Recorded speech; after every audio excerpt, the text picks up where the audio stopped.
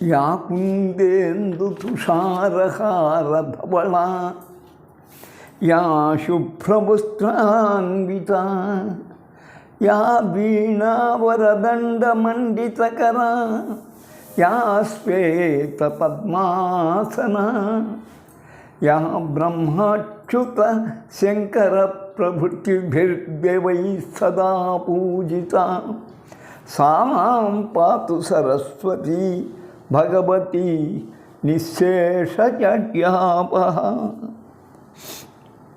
ప్రియమైన శ్రోతలారా, మనము ఆమ్నాయ కదంబ వనంలో ప్రవేశించాం.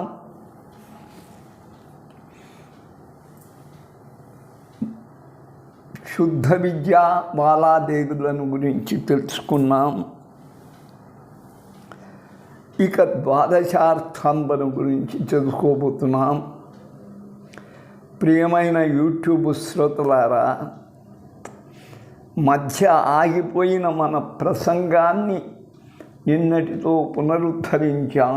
16వ భాగం, ఈరోజు 17వ భాగం.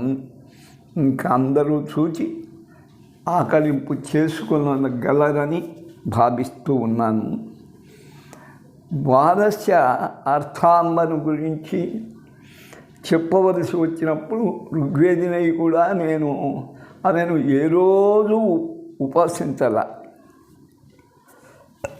అయినా విషయము తెలుసు. అస్య శ్రీ ద్వాదశ అర్థాంబా మహామంత్రస్య. ద్వాదశంలో అర్థం అంటే 6. ఈమెనే షష్ఠీదేవి అంటారు.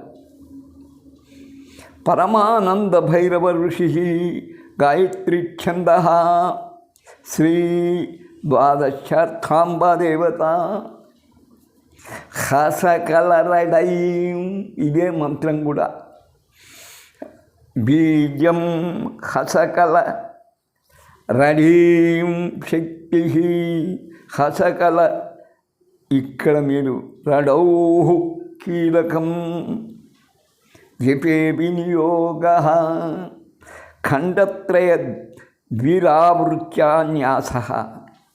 ఈ 3 తీసుకొని మళ్ళీ అంగుష్టము తర్జని మధ్యమైనాక మళ్ళీ అదే అనామిక నుంచి తీసుకుంటే అది సరిపోతుంది. న్యాసమైనాక ధ్యానం చూడండి. తారేశస్ఫారమౌళిం త్రినయన విలసత్ పంచవక్త్రాం వశస్థాం రక్తాకారం నృముండాబలికలిత మహామాలికా అలంకృతాంగీం దేవీం శృణి అక్షమాలాశర పరశు బృహచ్చూల పాశాగ్రహస్తాం శ్రీచాపోజ్జత్కఫాలా అభయవరదకరాం ద్వాదశార్థాం నమామి. మీరు మను గమనించండి. హసకల రడైం, హసకల రడీం, హసకల రడౌ. మీరు కయేయీల హ్రీం హసకల, హసకహల హ్రీం హసకల. అది హా ఒక్కటి తీసేసి మళ్ళా హసకల రడైం అని, రడీం అని, రడౌహు అని. మరి హసకల రడైం అన్నది బీజం, రడీం అన్నది శక్తి, రడౌ అన్నది కీలకం. ఈ 3 అంగన్యాస కరన్యాసంలో ఉపయోగించుకోవాలి. ప్రార్థన మందు చంద్రశేఖర అలంకృతానే, చంద్రరేఖాలంకృత కిరీటధారి త్రినేత్రి అంటే అమ్మ కిరీటం ధరిస్తుంది, మౌళి కాదు, వెంట్రుకలు కావు. పంచభక్త్ర 5 ముఖాలు ఉంటే 10 చేతులు ఉంటాయి. రక్తవర్ణ కపాల మాల అంకుశ అక్షమాల బాణము పరశువు శూలము పాశము విద్లు కపాల వరద ముద్రలు గల చేతులతో ద్వాదశాంబ మనకు దర్శనమిస్తుంది. ఆమెకు నమస్కారం. ఈమెనే షష్ఠీదేవి అంటారు. మంత్రమునందు గమనించండి. హా అంటే ఆకాశం, సాల్ అంటే సలిలం నీరు, కా అంటే వాయువు, హసక, లా అంటే భూమి, రా అంటే అగ్ని. పంచభూతాలు కలిసి వచ్చాయి. పోతే రడైంలో ఐం సరస్వతిది, రడీంలో ఈం వచ్చేసి లక్ష్మిది, రడవులో ఔ వచ్చేసి మరి గౌరిది. ఇలా ఈ మంత్రార్థంలో నిగూఢమైన విషయాలు దాగి ఉన్నాయి. ఈమె నిజంగా చెప్తే ప్రకృతి స్వరూప అని తెలుసుకోవచ్చు, త్రిమూర్త్యాత్మకమైనది కూడా తెలుసుకోవచ్చు. మనకు బయటికి 3 ముఖాలు కనపడతాయి, వెనక 3 ముఖాలు ఉంటాయి. మళ్ళీ ఆమె చేతులు 12 ఇవి. ఇక ఈమె ఉపాసన నేను చేయలేదు కాబట్టి ఇంతకన్నా వివరించలేను. ఇక రాజశ్యామల, ఈమె మంత్రిని, లలితామహాదేవికి మంత్రి. జాగ్రత్తగా వినండి. అస్య శ్రీ రాజమాతంగేశ్వరీ మహామంత్రస్య భగవన్మాతంగ ఋషి, మతంగుడు ఆమెను ఉపాసించాడు.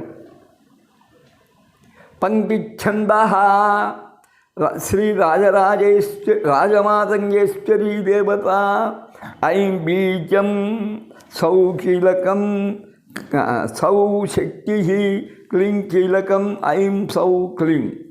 జపే వినియోగ ఐం హ్రీం శ్రీం ఐం క్లీం సౌ ఐం హ్రీం శ్రీం ఐం క్లీం సౌ. ఓం నమో భగవతి శ్రీ రాజమాతంగేశ్వరి సర్వజన మనోహారిణి సర్వముఖరంజని క్లీం హ్రీం శ్రీం తిరగబడ్డాయి. సర్వరాజవశంకరి, సర్వస్త్రీ పురుషవశంకరి, సర్వదుష్ట మృగవశంకరి, సర్వసత్వవశంకరి, సర్వలోకవశంకరి. అభీష్టం మే సర్వజనం మే వశమానయ స్వాహ. అది మంత్రం. సౌ క్లీం ఐం శ్రీం హ్రీం ఐం ఐం హ్రీం శ్రీం అట్లా మార్చి. ఇది అంగన్యాసకరన్యాస. ఇంకా ప్రార్థన చూడండి. మాతంగీం మోహనాంగీం మధుమద ముదితాం మధుమద ముదితాం ఘూర్ణమీనాక్షయుగ్మాం విద్యుత్పత్రాం కదంబ ప్రసవ పరిమళలసత్వేణికామాత్మవీణాం ఆత్మవీణాం బింబోష్టిం రక్తవస్త్రాం మృగమదతిలకాం ఇందులేఖావతంసాం కర్ణోర్జశంఖపత్రాం కర్ణభుజశంఖపత్రాం కఠినకుచభరాం నౌమితాం శ్యామలాంబాం. అటువంటి అమ్మను ఆశ్రయిస్తున్నామన్నాడు. మంత్రం చూడండి, పైన చెప్పాం. అదే సర్వజనమే వశమానయ స్వాహ అని ముందే చెప్పాం. శ్యామలా రూపము, మూల రూపాలు అనేకమున్నాయి. శ్యామలకు 5. మూల రూపం ఈమె లలితాదేవి మంత్రిని. ఈమె జపం చేస్తే సర్వజనులను ఆకర్షించవచ్చు. సర్వరాజులను ఆకర్షించవచ్చు. సర్వజనో మనోహారిణి. ఆమె ముఖము నుండి మాటలు వెళితే మృదుమధురంగా ఉంటాయి. రాజులను వశం చేసుకుంటుంది, పురుషులను వశం చేసుకుంటుంది, స్త్రీలను వశం చేసుకునే శక్తి. సర్వ దుష్టమృగాలు, సర్పాలు, పులులు, సింహాలు వీటిని వశం చేసుకునే శక్తి. సర్వసత్వములన్నా అదే అర్థం. సర్వలోకాలను వశం చేసుకునే శక్తి. సర్వజనమే వశమానయ స్వాహ. అభీష్టం ఏమిటంటే సర్వజనులను, సర్వ ప్రాణకోటి నాకు వశమయ్యేట్టుగా చేయమ్మా అని దీని అర్థం. నిజంగా ఈమెను ఆరాధిస్తే వశముగా అని ఏదీ లేదు. సర్వవశీకరణ దేవత శ్యామత. వాక్చాతుర్యం ఎవరికి ఉందో వారు ఎంతటి వారినైనా లోబర్చుకుంటారు. కవిత కలిగిన రాజ్యాధికారమేలా. కవిత అబ్బితే ఇట్లమ్మ దోమలేస్తాయి. రాజ్యాధికారం మీకెందుకు? ఇక్కడ కూర్చోమ్మా. వస్తుంటుందిలే, కూర్చో. ఇక హసంతి శ్యామల. శ్యామలకు 5 రూపాయలు అన్నాను. అస్య శ్రీ హసంతి శ్యామలాంబ. ఎప్పుడు చిరునవ్వులు చిలిగించే శ్యామలాంబ. మహామంత్రస్య మతంగ భగవాన్ ఋషి గాయత్రీ ఛంద శ్రీ హసంతి శ్యామలాంబా దేవతా. హ్రాం బీజం హ్రీం శక్తి హ్రూం కీలకం జపే వినియోగ. హ్రాం అంగుష్టాభ్యా నమః హ్రీం తర్జనిభ్యా నమః చేయండి. న్యాసః ఆగుల్భాం జబలంబాం అరుణమణినిభాం కంచుకీం ధారయంతీం కాదంబర్యా కషాయీకృతనయనయుగాం కందళన్మందహాసాం మేఘశ్యామాం మృగాంకముల్లసిత కబలికాం వాణి పద్మాప్తనేత్రాం వాణి పద్మాప్తవే నేత్రాం మాతంగీ హసంతిం మమ భవతు సదా మంత్రవిఘ్న ప్రశాంత్యై. మనువు ముఖ్యం, ప్రార్థనలు ఉండనియండి. ఓం హ్రీం మను. హసంతి హసితాలాపే. ఆమెను కొలిస్తే మనం చిరునవ్వుతో మృదుమధురంగా మాట్లాడేది వస్తుంది. మతంగి పరిచారికే. రాజమాతంగికి సేవకురాలు, ఇష్ట సఖి. భయ విఘ్న ఆపదాంనాశం కురు గురు. భయము, ఆపద, విఘ్నము అన్నీ పోగొట్టమ్మ. టహ టహ టహ టహ. హుం భట్ట స్వాహ.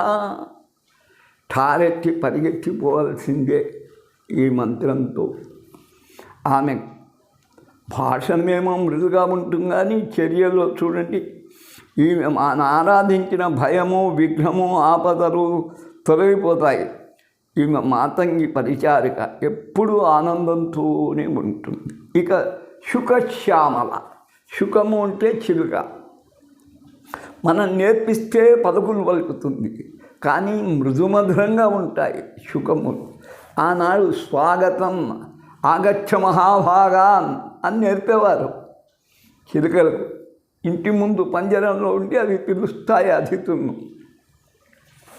అస్య శ్రీ శుక శ్యామలాంబా మహామంత్రస్య శుక భగవాన్ ఋషి శుక్రే. దీనికి గాయత్రీ ఛంద శ్రీ శుక శ్యామలాంబా దేవత.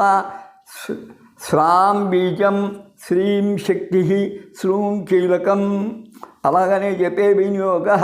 శ్రాం అంగుష్టాభ్యా నమః శ్రీం తర్జనిభ్యా నమః శ్రూం మధ్యమ. అలా అంగన్యాసకరన్యాసాలు చేసుకోండి. నిగమ సహకారమూలే. వేదములనే మామిడి చెట్టు పైన ఉంటుంది. నిర్మల తారాలవాల ఆలవాల వలయితంగే సహకార మూలంలో మామిడి చెట్టు మూలంలో నిర్మలమైన నక్షత్రములనే పాదులతో ప్రతిఫల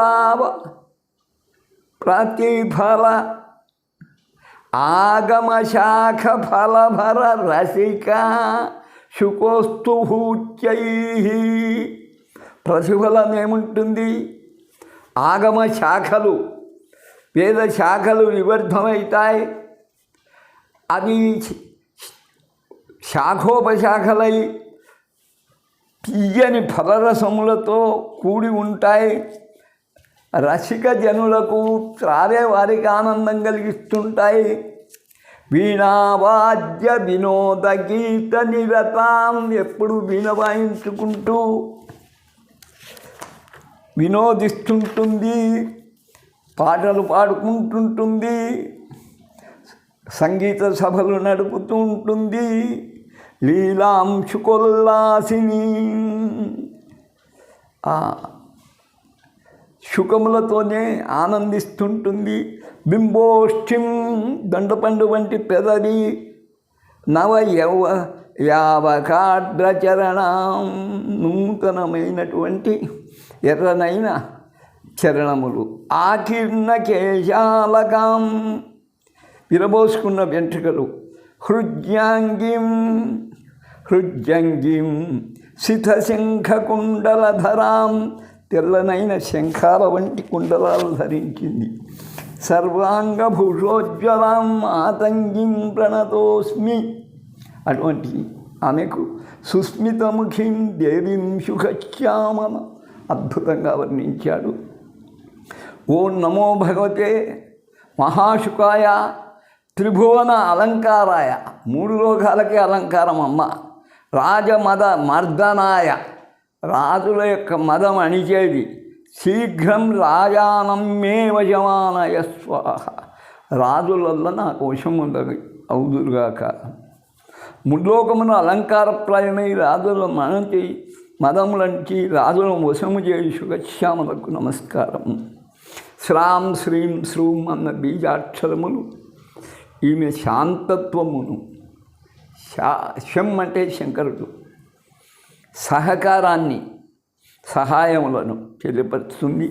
ఈమెను ఉపాసించిన వేదాలే కాదు, వేదాంతంలే కాదు, సులభంగా అవగాహనకు వస్తాయి. పండితుడు కాగలుగుతాడు, సాహితీవేత్త కాగలుగుతాడు. ఇక శారిక, చిలుక గోరంక అంటుంటాం మనం. వాటికి సాహిత్యంలో సంబంధం ఉందే కానీ చిలుకలు చిలుకలే కాపురం చేస్తాయి, గోరంకలు గోరంకలే కాపురం చేస్తాయి. కానీ స్త్రీ పురుషులుగా చిత్రించి కవులు ఆనందం అనుభవించారు. అస్యశ్రీ శారికా శ్యామలాంబ గోరువంక మహామంత్రస్య శౌనక ఋషి. శారిక అంటూనే శౌనకాది మునులకు సూతుడు వివరించాడు. అందులో శౌనకుడున్నాడు. అతి జగతి ఛంద శ్రీ శారికా శ్యామలాంబ దేవత.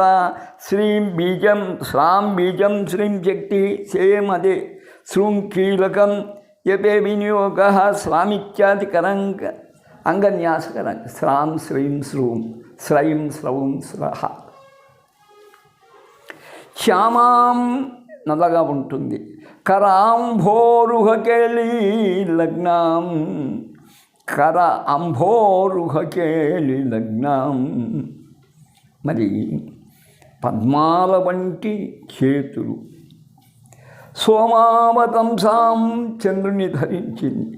స్తుతి పాఠమగ్నాం, స్తోత్ర పాఠంలో ఆమెను పొగుడుతుంటే తన్మయత్వం చెందుతుంది. విద్యాళి హృద్యాం, విద్యావంతులతో లేకుంటే విద్య అనే తేనెటీగలకు నిజంగా ఆనందం కలిగించేది. విశదాం ఉపాసే శరీరం, మరి ఆమెను ఉపాసిస్తాను. ఎందుకు? చతుషష్ఠి కళాస్వరూపం, 64 కళలు శారికా శ్యామల్లోనే ఉన్నాయి. చతుష్షష్టి కళారూపాం విద్యాం హృది విరాజితాం. ఆమె మన హృదయంలోనే చతుష్షష్టి కళలను రంజింపజేస్తుంది.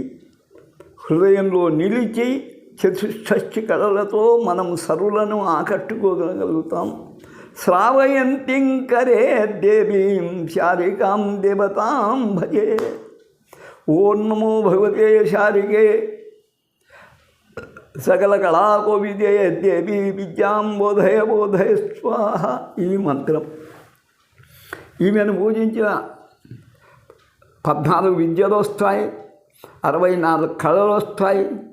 అందుకయ్యే ఆమెకు సకల కళాకోవిద. విద్యాం బోధయ బోధయ స్వాహ. ఆ కళా సంబంధమైన విద్యలు 14 అన్నీ బోధించమని కోరుకుంటున్నారు. శుకము సంగీతానికైతే శారిక సాహిత్యానికి రెండిటికీ బిగువు ఉండవాలి. ఆమె సంగీత ప్రియురాలు, ఈమె సాహితీ ప్రియురాలు. ఉపాసనా దేవతలు ఇంకా వీణాశ్యామల. మరి వీరే సంగీత సాహిత్యాలు కొట్టకపోతే ఇంకా వీణాశ్యామల ఏం కావాలి చూడండి. అస్య శ్రీ వీణాశ్యామరాంబా మహామంత్రస్య భగవన్నారద ఋషి. వీణ ఎప్పుడు వాయిస్తుంటాడు. సరస్వతి, నారదుడు, తుంబురుడు వీణానాద ప్రియుడు. గాయత్రి ఛంద శ్రీ వీణాశ్యామరాంబా దేవత. క్లీం బీజం హ్రీం క్లీం బీజం హ్రీం శక్తి సౌ కీలకం జపే వినియోగ. సరే, వామిత్యాది కరహృదయన్యాస. వం అంటే అమృతతత్వం. వం వాం బీ అది వాం భీం భూం వీణ కదా. వాం భీం భూం వైం వౌం వహ అంగన్యాస కరన్యాస.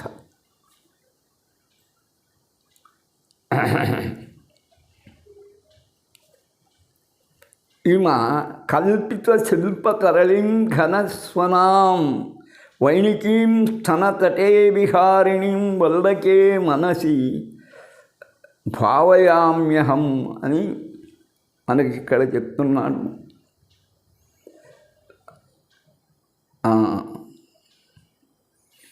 ఓం నమో భగవతే మంత్రం భీం వీణాయై నమః. ఎప్పటికి కూడా మొదటి అక్షరమే బీజంగా వస్తాయి. వీణలో వాముంది కనుక. భీం వీణాయై నమః. మమ సంగీత విద్యాం ప్రయచ్ఛ స్వాహ అని చెప్పండి. ఈమెకు క్లీం హ్రీం సౌహు వీటి గురించి బీజాక్షరాలు. సంగీతం నాకు వీణ ప్రధాన సాధనం. ప్రాణం వల్ల వీణ సంగీతం. సంగీతం అంటే వీణ అంతే. ఈమె వల్ల వీణావాద్యము చక్కగా అలవడను. అప్పుడు రాజపుత్ర స్త్రీలు, రాజకుమారులు అందరూ వీణలు వాయించేవారు. మనకు సినిమాల్లో చూస్తే ఈ వీణ యొక్క గొప్పతనం అద్భుతంగా కనపడుతుంది. ఇక వేణుశ్యామల. వేణువు ఎవరికి ఇష్టం? గోపాలకృష్ణునికి ఇష్టం. ఆయనకు వేణుగోపాలుడనే పేరుతో వచ్చింది. ఆమెను గురించి తెలుసుకుందాం. అస్య శ్రీ వేణుశ్యామలాంబా మహామంత్రస్య. సినిమాలో ఒకప్పుడు ఫ్లూట్, మురళి చాలా ప్రసిద్ధంగా పాటలకు సమన్వయంగా సంగీతం సమకూర్చిన వారు అనేకులు ఉన్నారు. మరి రఘురామయ్యని నాటక రంగస్థలంలో తిరుగులేని నటకుడు రఘురామయ్య గారు నాలుకతోనే మరి వీణ మన పిల్లన గురవిలాగా ఆ తరంగాలతో రాగం తీసేవారు. ఆయనకు అదే పేరు వచ్చింది. ఆయన్ను మరి రఘురామయ్య గారు. అందుకై వేణుశ్యామలాంబా దేవతాయం బీజం హ్రీం శక్తి శ్రీం కీలకం ఐం హ్రీం శ్రీం యపతి మల్లల్టతే జపే వినియోగ బాలయాఖర అంగన్యాస ఐం క్లీం సౌత్వ చేయండి. వినియోగ వక్త్రసౌరభస్సు సువాసితరంధ్రో వస్తూనాం పటుతర అవయవేన గానదోహన కళాకళనాదో మానసే భవతు మణివేణి. వేణు అని ఉంది. ముఖం నుంచి సువాసన వెదజల్ల పడుతూ ఉంటుంది. సంగీతానికి దోహదము చేసేటువంటి మృదు మధురమైనటువంటి ఆ రవం శబ్దం వేణు ద్వారా వినిపించవచ్చు. అటువంటి వేణుశ్యామలాంబకు నమస్కారం. ఓం నమో భగవతే వేం వేణుశ్యామలే మమ సాహిత్య విద్యాం. ఈమె కూడా సాహితీ సంగీతం రెండు. ప్రయచ్ఛ స్వాహ వేం వేణుశ్యామల మమ సాహిత్య విద్యాం ప్రయచ్ఛ స్వాహ. వేణుశ్యామల సకల విద్యలను ప్రసాదించగలుగుతుంది. వేణువు సకల ఆకర్షణ శక్తి గలది. శ్రీకృష్ణుని వేణుగానముతో సకల ప్రాణులు పరవశించాయి, మైమరచాయి, తన్మయత్వం చెందాయి. శ్యామలకు వేణుశ్యామలకు వేణుగోపాలునికి ఏదో సంబంధం ఉండి ఉంటుంది. లేకపోతే ఆ మురళి నాదంతో ఆవులు చెవులు రిక్కబలిచి వినేదట. పాములు నాట్యం చేసేవారు. గోపికలు వాళ్ళ శరీరాన్నే మరచి పులకించిపోయి నాట్యం చేసేవి. పశుపక్షాదులు సైలెన్స్ మౌనం వహించి శ్రద్ధతో వినేది. ప్రకృతిలో పరవశించిపోయేది. కోతులు పక్షులు స్తంభీకృతం, కదలిక మెదలిక లేకుండా ఆ మురళి సంగీతం వినేబట. అది వేణు యొక్క. ఇక శ్యామలలో అవతారాల్లో చివరి అవతారం లఘుశ్యామల. అస్య శ్రీలఘుశ్యామలా మహామంత్రస్య మృతంగ ఋషి. మృతంగుడే నిశ్చుత్ గాయత్రి ఛంద శ్రీలఘుశ్యామలా దేవతాయం బీజం స్వాహా శక్తి నమః కీలకం ఐం స్వాహా నమః. జపే వినియోగ ఐం నమః ఉచ్ఛిష్ట చండాలి మాతంగి సర్వజన వశంకరి స్వాహ. ఐం నమః ఉచ్ఛిష్ట చండాలి మాతంగి సర్వజన వశంకరి స్వాహ. కరన్యాసాది కృతులకు వినియోగించుకోండి. పోతే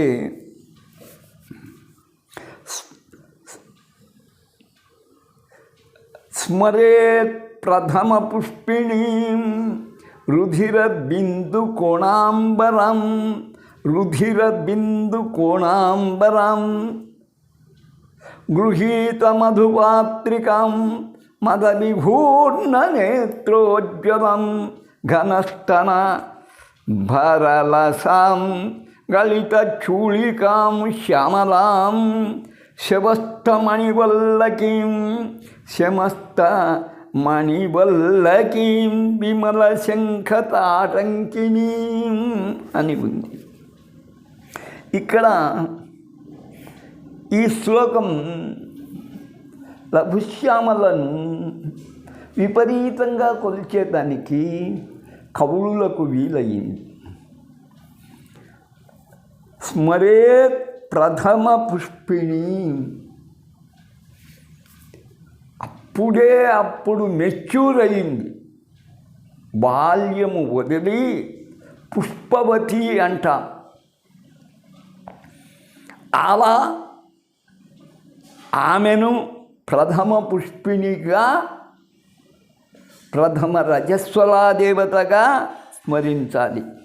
అప్పుడేమవుతుంది? అంతవరకు స్టాగ్నేట్ అయిపోయిన బాల్య సంబంధమైన రక్తం, చెడు రక్తం ఓ 10 రోజులు కడుతుంది. రుధిర బిందువు, ఆ బిందువులో నుంచి రుధిరం కడుతుంటుంది. కోణ అంబరం, త్రికోణ మధ్యన బిందువు, అక్కడి నుంచి యోని నుంచి స్రవిస్తుంటుంది. అలా ప్రథమ రజస్వర అయిన లఘుశ్యామల గృహీత మధుపాత్రికాం, అలా శరీరం బలహీనపడుతూ ఉంటే మధుపాత్ర తేనె సేవిస్తూ ఉంటుందట. మద విహూర్ణ నేత్రోజ్వలం, మదము చేత మళ్ళీ తిరుగుతున్నాయి, కళ్ళు కూడా చెల్లిస్తున్నాయి. ఘనస్తన భరాలసాం, స్తనభరాలసాం, గొప్పనైన స్తనముల చేత కూడుకుంది.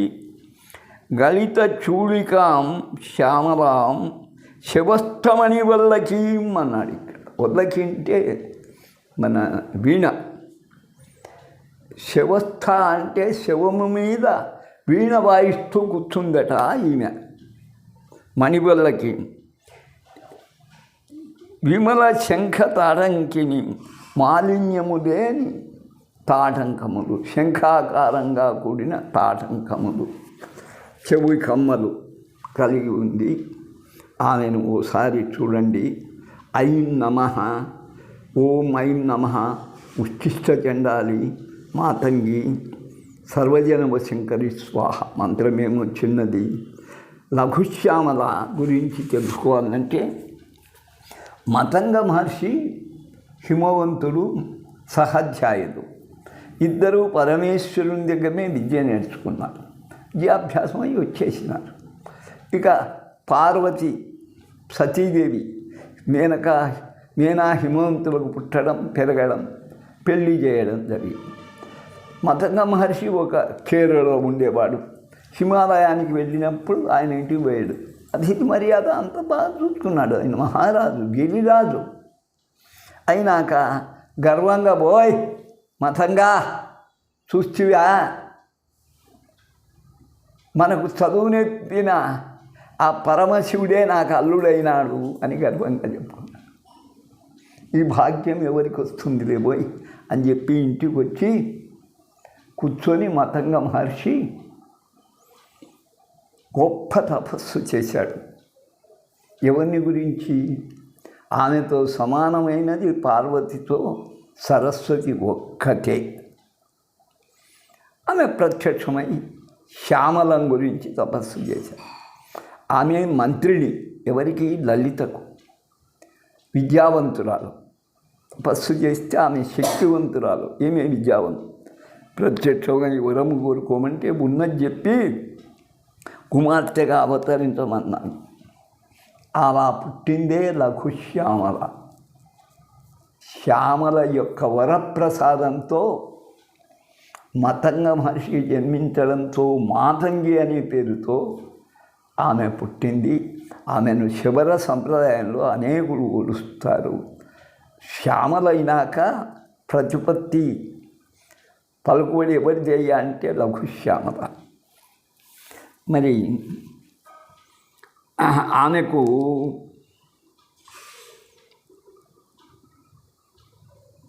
ఉచ్ఛిష్ట చండాలిని పేరు. వీళ్ళ నాయనే బ్రాహ్మణ యువతికి మంగళవానికి పుట్టినవాడు కాబట్టే మతంగునికి చండాలుడు అన్నారు. కుమార్తె కాబట్టి మరి ఉచ్ఛిష్ట చండాలిని. ఉత్శిష్ట గణపతి, ఉచ్ఛిష్ట గణపతి. ఈమెను ఉపాసకులు అర్థం చేసుకోలేక కౌలులు మరి, ఎందుకంటే ప్రథమ రజస్వరయ్యి ఆమె మధువు తాగుకుంటూ మరి ఉంటుంది కాబట్టి ఆమెను ఉపాసించేవారు. అన్నం తిన్నాక చివర మజ్జిగన్నమో పెరుగన్నమో తిన్నాక అంత మిగిలిన దాన్ని ఓసాడ పెట్టి ఓ కుప్ప చేసి ఉచ్ఛిష్ట చండాలిని స్వాహ నీరు వదులుతారు. దానితో ఆమె ఉచ్ఛిష్టము భుజించి ఆనందించి అడిగిన కోరికలల్లా ఇస్తుంది. ఈమె వల్ల వశీకరణ శక్తి అలవడుతుంది. కోరిన స్త్రీతో పరిచయము, ప్రసంగము ఏర్పడుతుంది. అది సభ్యత ఉంటే పర్వాలేదు, ఒకరిని ప్రేమించి పెళ్లి చేసుకోవడం. అంతకుమించి అవధులు దాటి వ్యభిచరిస్తే మాత్రం అది దక్షిణాచారం ఒప్పదు.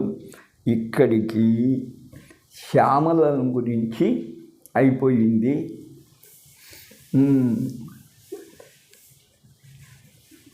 రాజశ్యామల నుండి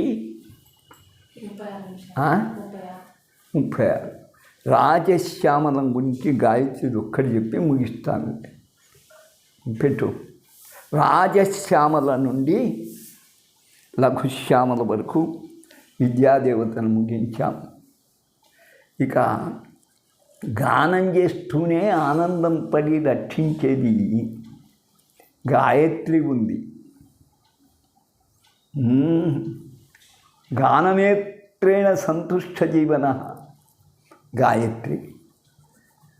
గానమాత్రం చేతనే సంతుష్ట హృదయ అవుతుంది, సంరక్షణ గావిస్తుంది.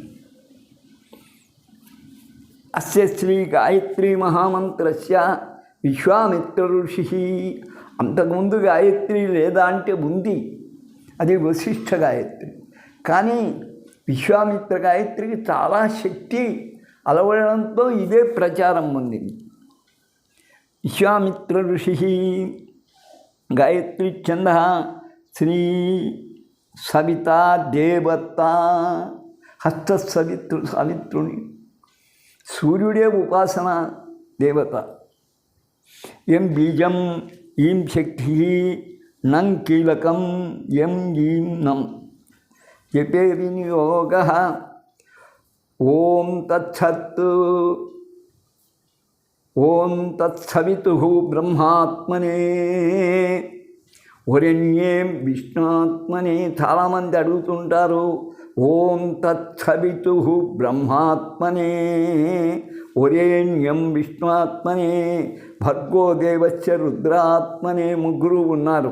ధీమహి సత్యాత్మనే ధియో యో నః జ్ఞానాత్మనే 5 రూపాలు.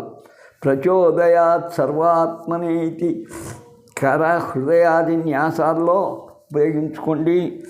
కమ్మని గురించి ముక్తా విద్రుమహేమనీలతఫలఛాయై ముఖైత్రియక్షణై యుక్తామిందు నిబద్ధరత్నముటాం తత్వార్థవర్ణాత్మికాం గాయత్రీం వరదాభయాంకుశగజాం శుభ్రం కపాలం గదాం శంఖం చక్రమధారవిందయుగళం శంఖం చక్ర అరవిందయుగళం హస్తై వహంతీం భజే.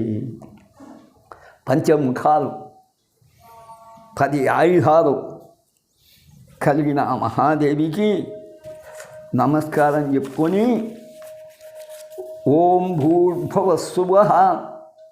మరి గాయత్రి మంత్రం చెప్పరాదని తండ్రి కొడుకు మళ్ళీ ఇప్పుడు పాటల రూపంలో పాడుతూ ఉన్నారు.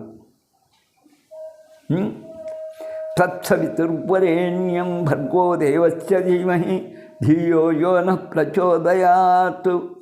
ఇందు ఎం బీజం అనగా వాయుదేవత బీజం. ఉచ్ఛ్వాస నిశ్వాసాల రూపంలో అజపా గాయత్రి అంటారు. ఉచ్ఛ్వాస నిశ్వాస జరుగుతూనే ఉంటుంది, నిరంతరం సాగుతూనే ఉంటుంది. ఆమె మనకు ప్రాణదాయి. దీనిని ఈం ఒక్కసారి ఎం బీజం వాయురూపం. ఈం శక్తి అనగా లక్ష్మీ శక్తి. నం కీలకం. నం అన్నది సుషుమ్నా నాడికి సంబంధించి కుండలికి సంబంధించిన సంకేతం. అనంతరం మంత్రమును గురించి రశ్మిమాల యందు విపులముగా చెప్పి ఉంటుంది. రశ్మిమాలప్పుడు మీకు ముందే చెప్పాను.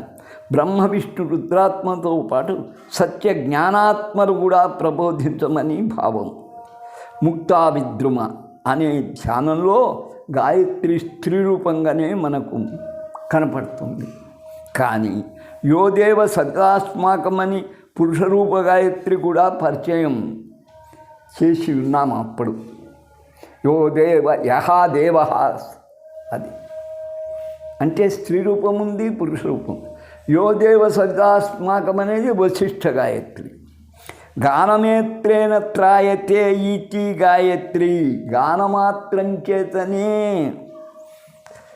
రక్షిస్తుంది కాబట్టి అందుకే పాటగా పాడుకోవచ్చు. ఆమె గాయత్రి. ఆమెను స్తుతించిన చాలు సర్వము నెరవేరుస్తుంది, సర్వరక్షణ కల్పిస్తుంది. సూర్యుని వలె శ్రేష్టమైనటువంటిది, భర్గుని వలె జ్ఞానం గలది. అట్టి జ్ఞానదేవతగా గాయత్రి నా మనస్సులో సదా ప్రకాశించుగాక అనేది మంత్రార్థం.